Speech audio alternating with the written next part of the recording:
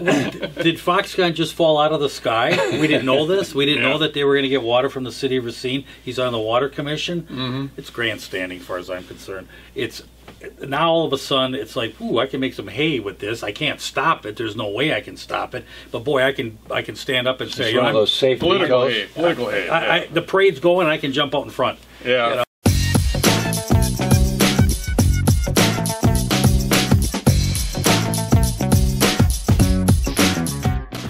Well, happy Father's Day from Talking Racine.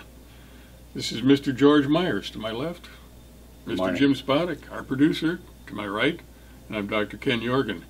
And we're going to talk tonight about fairness. We're going to talk about government acquisition of private land and fair treatment of the people who were the former owners.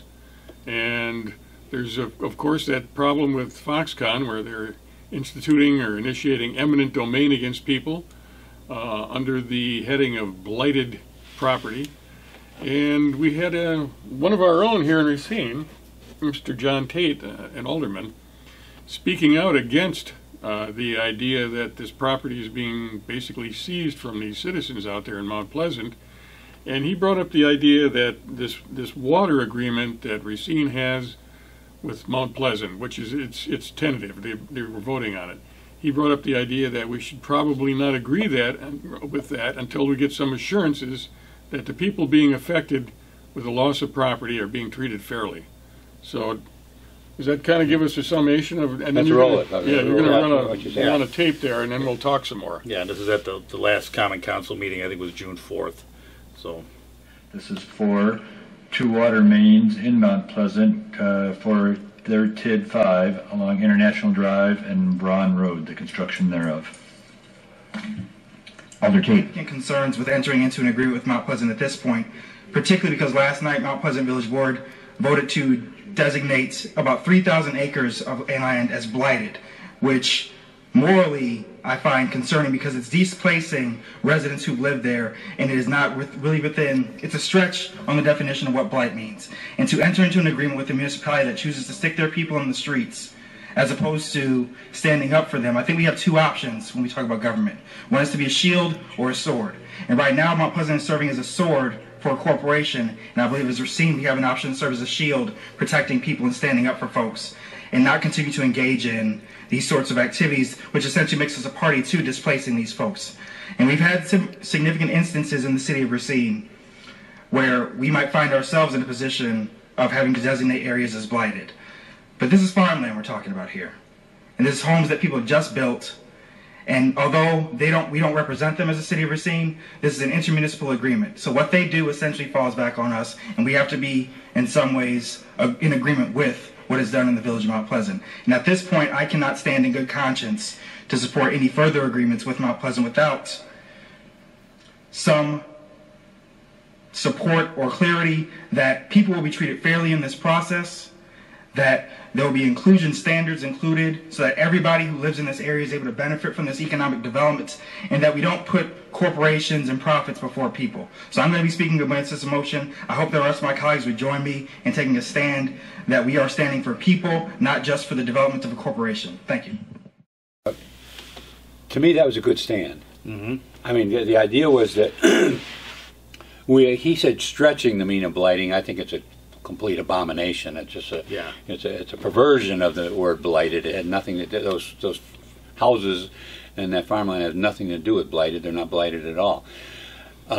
But he's saying that if the city gets into this water agreement, they're furthering the progress of this project, and they're furthering the momentum that's going against these people. In other words, we have this huge momentum against somebody that wants to keep their house.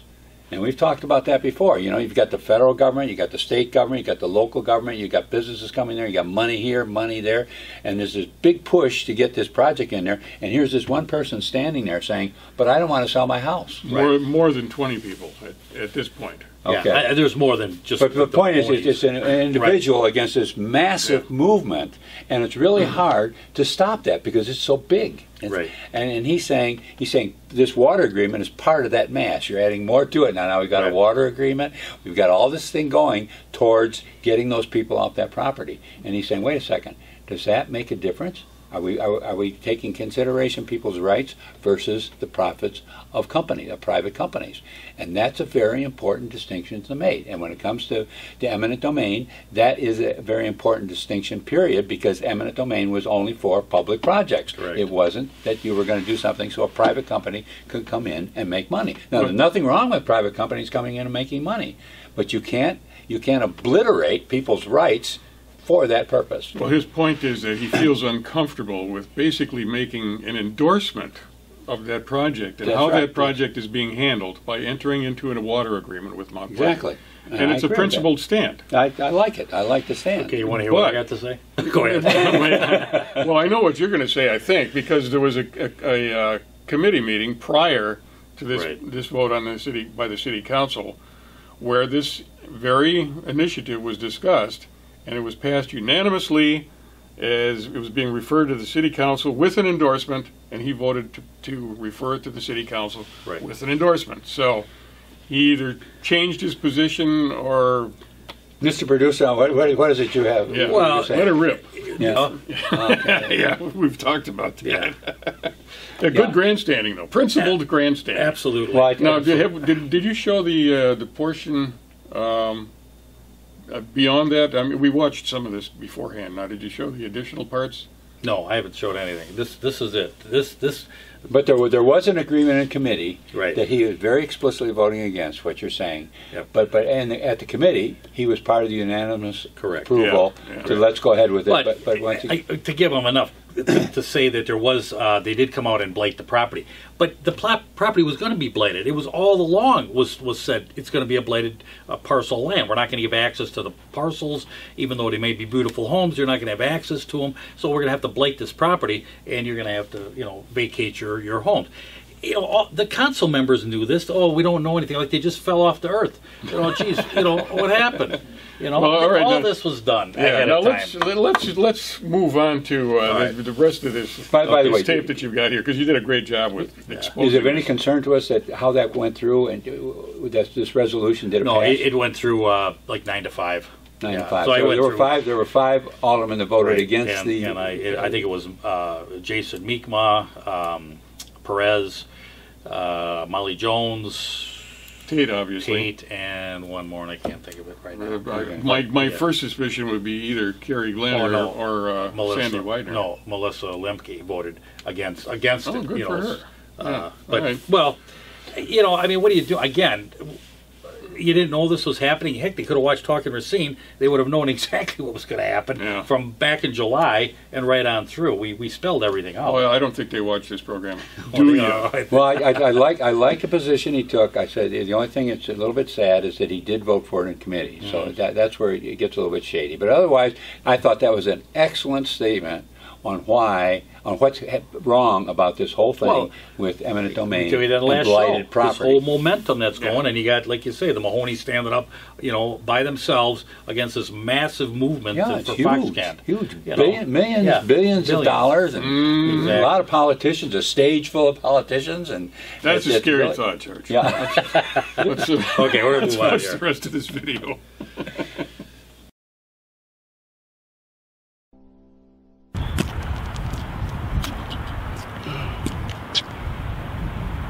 I didn't realize that the sign was still up above the door.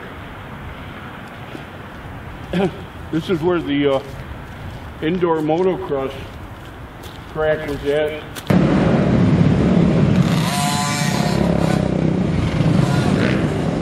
It was sold to the city under the 526 Marquette address on that side of the building. But a lot of these buildings have several addresses associated with them for mailing purposes and other parts of the businesses that were involved in some of these older structures. This building across the street that I was in, at the top of the hill at 615 Marquette, I occupied the 4th floor. In that building, there was a aquaponics fish farm that was in the immediate 4th floor area up on top there. Rick Olson, and I owned 900 Water Street and 615 South Marquette Street and 526 Marquette Street. There are 3 industrial buildings all within a golf shot of each other. One of them on 1,000 feet of river, and the other part of Zarian Marina Complex, and the other on the corner of 6th and Marquette. Total acreage was maybe in the 16 or 17 acre area, I would guess. The 900 Water Street was the largest by far. It was 385,000 square feet on 3 floors, built just after the turn of the century by J.I. Case, and I think thrashing machines were made in there, and tractors, and it was just a great building. Jack Schiestel? Yes, sir. And Randy Giabeski. Did I get that right? Budritsky. That's good. Whatever it is. Anyway, I'm going to let you guys talk, because you know the story a lot better than I do. I don't even need to ask you questions. Just go ahead and tell your story. Go ahead. All right. Randy, you want to go first? Well, you can start, but... Okay, we're up at the RBC, the Racine Baseball Co-op Hitting Center in Racine, and we've been up here for 21 years. More than that, I think. More than that, possibly, that's right. And some of the guys are practicing in the background. We've had some ball players that have come through here, like Nathan Colas from Kenosha, who was signed by the New York Yankees. Vinny Rottino, a local boy, who was signed and played 3 or 4 times up in the major leagues, and among others. We've really done a good job. We don't charge hardly anything.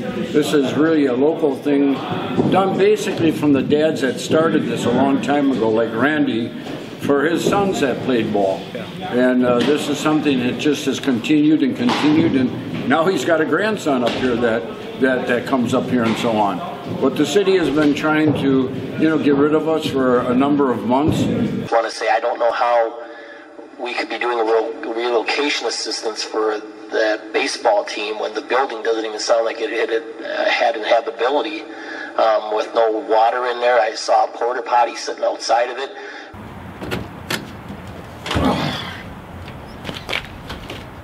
I was looking for the ethics committee meeting. They must have moved the location. How could they have even had the ability to actually use it and pass building codes in order for it to be used? So it sounds like that was being used illegally in the first place. So how is the city responsible for relocation on something like that?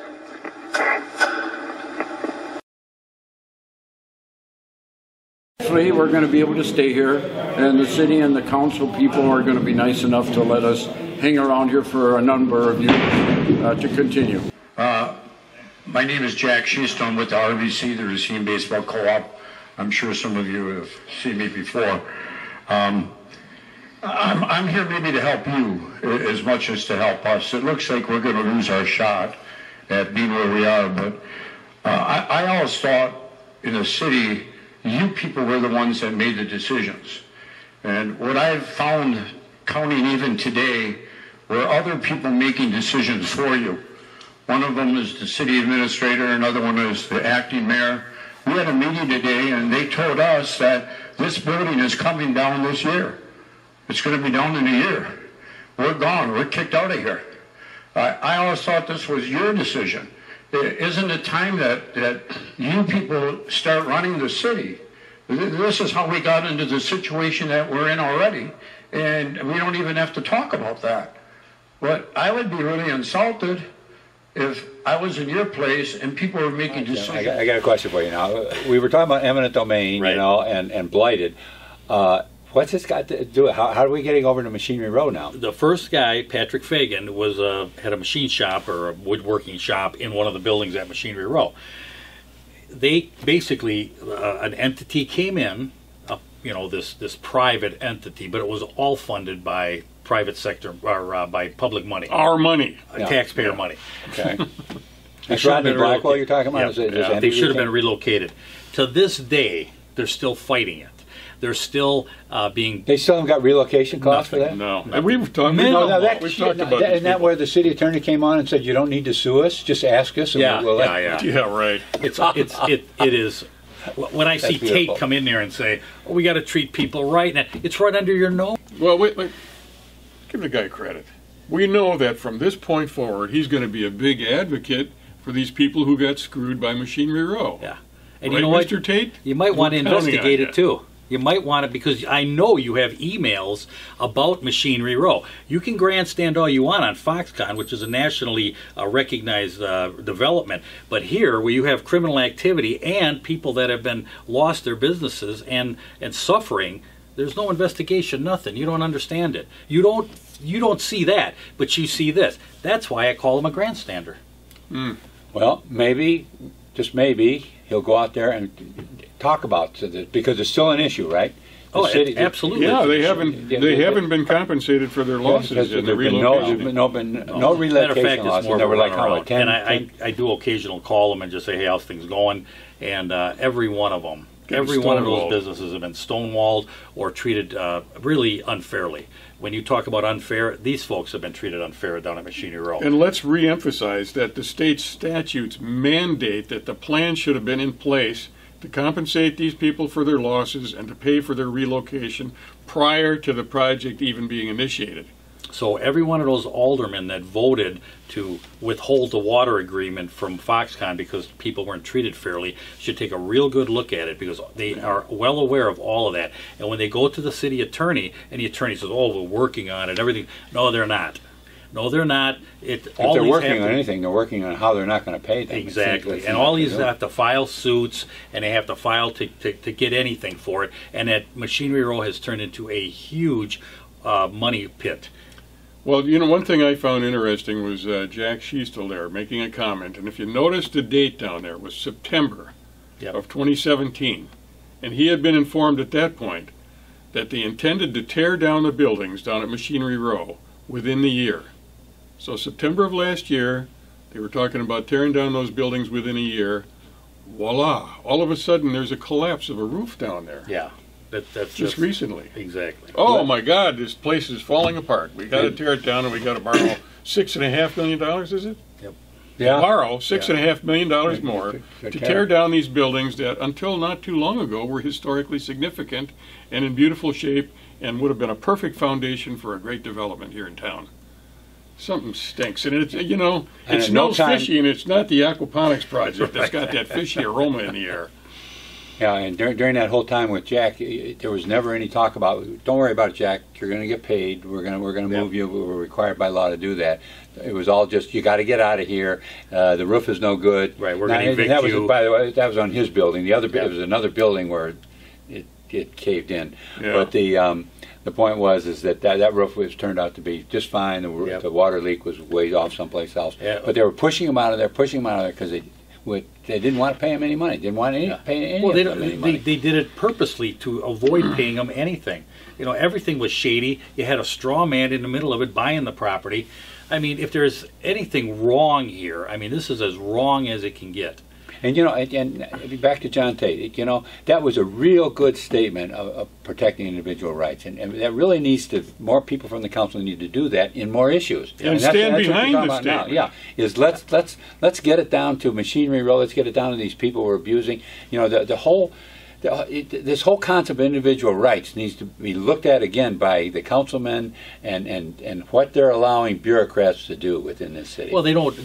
I'll tell you what. They listen to the bureaucrats, and then they just figure they're just rubber stamp for the bureaucrats, and that's what Jack brought that issue up at the Common Council. Exactly. You know? Yeah, the city council is supposed to be basically directing the activities of the city. Understand what you're voting on. Understand the issues. I mean, has any of those Common Council members ever talked to anybody at Machinery? Oh, don't talk to him. There's a lawsuit going on.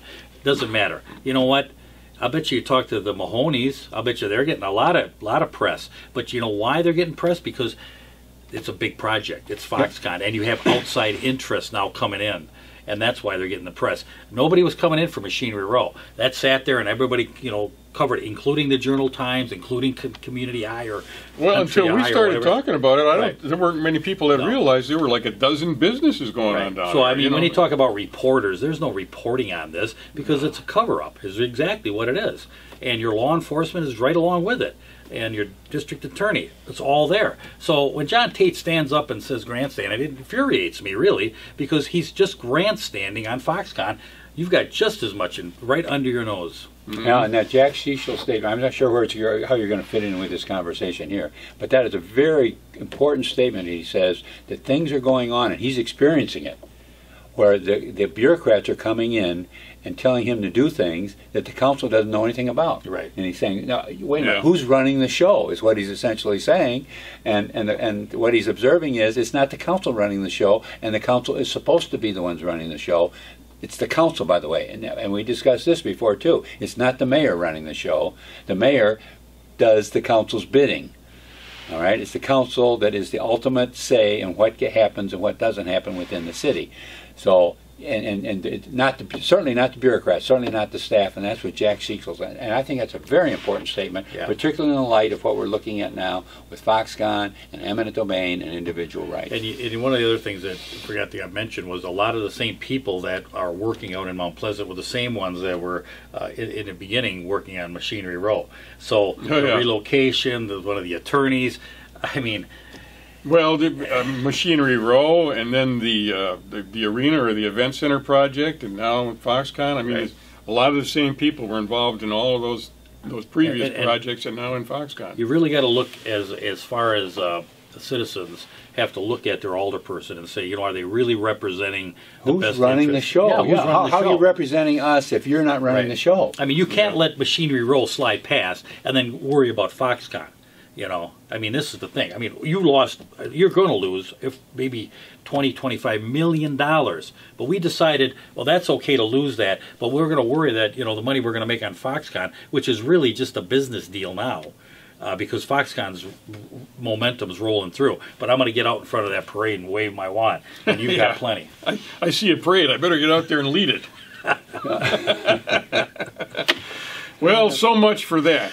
This has been a good discussion. It's an important discussion, and I hope. Anytime you're talking about individual rights, it's an important discussion because that is the crux of the founding of this country. Yeah. Mm-hmm. Integrity, honesty. I mean, those are the things that government you look at government for. We hold these truths to be self-evident. Okay. Well, it's been fun. We hope you enjoyed it. We hope you learned something from it, and we hope it causes you to become activated a little bit and participate more fully in your community. Thanks for being here, and we will see you next week. And to enter into an agreement with the municipality that chooses to stick their people in the streets as opposed to standing up for